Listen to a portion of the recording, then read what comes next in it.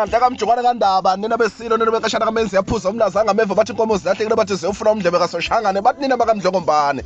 Sanibonani sizwe samabhinqa, sanibonani nganza kwethu. Ephina kuphi la nilalele khona. Yes, lo mgosi oshisayo oza nami njengenduna yenu balandeli sizwe Ndlovu kwaSijule Mtubatuba phansi kwenkosi uMkhwanazi phansi kwenduna ubaba uMfekayi. Niyazi ukuthi masesiza kanjena sengiza nazo seyishisa.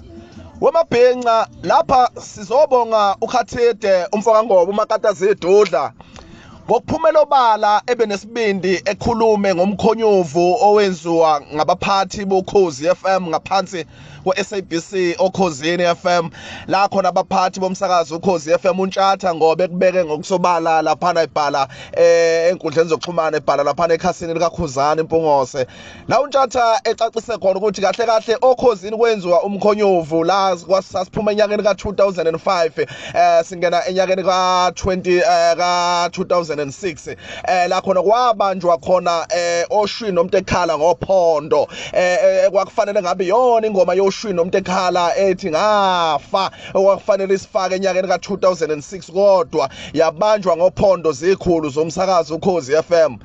Khathide Ngobe Makatazi Dudla siyabonga mfowethu ngoba umsakazi onesibindi sokuthi ukhulume kabi ngoKhozi FM ukuthi lunenkohlakalo. Siyabonga Makhathakhatha mfoka Ngobe ngempela sifuna isebenze nje uthi la usebenza khona uma abaphathi benomkhonyovu abawenza noma benenkohlakalo abayenza ubabeka obala. uNtshatha uphumela obala ngempela washo ukuthi yabanjwa ngophondo ingoma kaShwi noMtekhala oKhosini FM yona kwasifanele singene ngayo ingoma yoShwi noMtekhala ethi ngafa. Siphuma enyakeni ka2005 sibheke kunyaka ka2006.